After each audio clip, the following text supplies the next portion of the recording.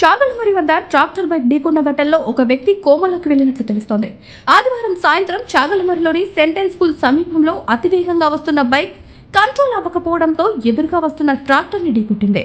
ఈ ఘటనలో బైక్ లో ఉన్న వ్యక్తికి తీవ్ర గాయాలవడంతో ఆసుపత్రికి తరలించారు.